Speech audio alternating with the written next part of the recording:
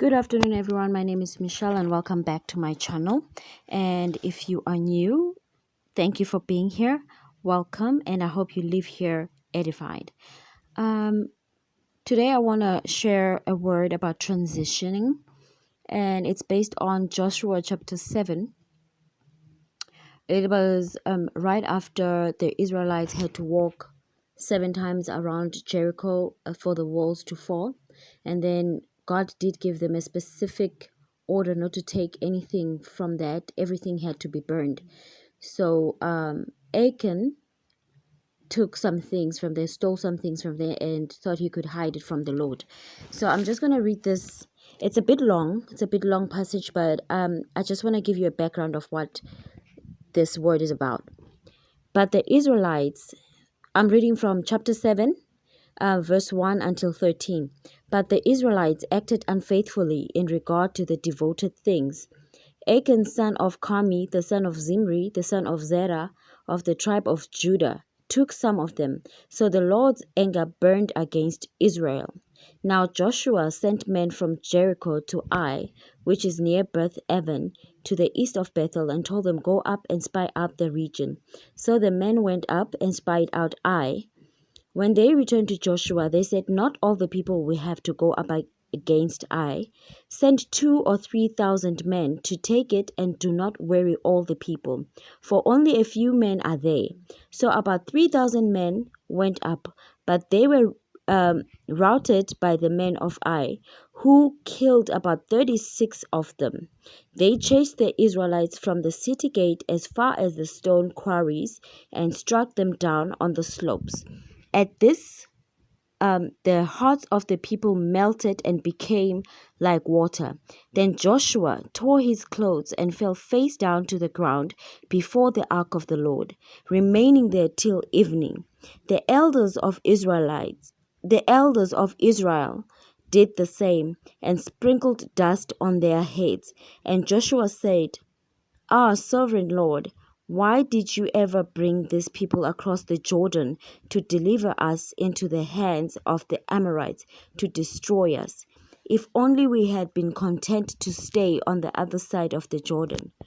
O Lord, what can I say now that Israel has been routed by its enemies? The Canaanites and the other people of the country will hear about this, and they will surround us and wipe out our name from the earth. What then will you do for your own great name?" The Lord said to Joshua, "Stand up. What are you doing down on your face? Israel has sinned. They have violated my covenant, which I commanded them to keep. They have taken some of the devoted things they have stolen. They have lied. They have put them with their own possessions. That is why the Israelites cannot stand against their enemy. They turn their backs and run because they have been made liable to destruction." Please underline that word, destruction. "I will not be with you anymore unless you destroy whatever among you is devoted to destruction." Then 13 reads as follows: "Go consecrate the people. Tell them, consecrate yourselves in preparation for tomorrow. For this is what the Lord, the God of Israel, says. That which is devoted is among you. O Israel, you cannot stand against your enemies until you remove it." Before I go into what the Lord gave me, I just wanted to when I said underline that word destruction, there's a spirit of destruction that destroys everything it comes across once the door has been opened. When destruction is done with you, life will be lost. So this is why it is important for people to listen and be obedient to each and every instruction God gives them and each and every word that they receive. Because if you are not, and you do what you were told not to do, life will be lost. So today I just want to talk about transitioning and how difficult transition is. There are different stages in transitioning, and it is not easy to come from old into the new. God is taking his people out of the old ruler, the slave driver, and is doing a new thing with them. So while in Egypt, he introduces himself to the Israelites by showing them miracles and wonders, and then kills the Egyptians right before their eyes, and he becomes their provider and protector. Then he teaches them his law and way of doing things, preparing them for what was ahead, which is the promised land. There's a saying that you can't teach an old dog, new tricks. So was the story and the hard-headed generation that died in the wilderness. There were battles they fought in the wilderness, but nothing compares to the kingdoms, the walls, and every high thing that sets itself against the knowledge of God that still needs to be brought down.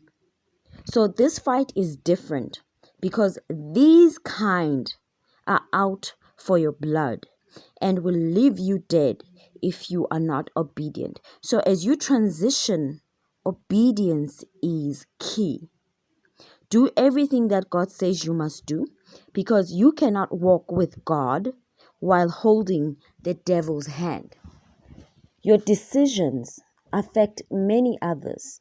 If you don't listen to God's instructions, other lives may be lost because of your covetousness and your greed. So check your heart. Because if you as a kingdom financier are not positioned right in your heart and in your walk, you are causing a delay and are causing others to miss out on their promise, because this has a ripple effect. So check your heart and be in the right standing with God. If you're still entangled with soul ties, while your kingdom spouse waits, then your ministry is at a standstill. So cut all these ties and don't be friendly with demons. Because if you are not careful, you will miss out on what God has for you. The promise is here. Don't let anything come between you and what God has for you. Until next time, to God be the glory.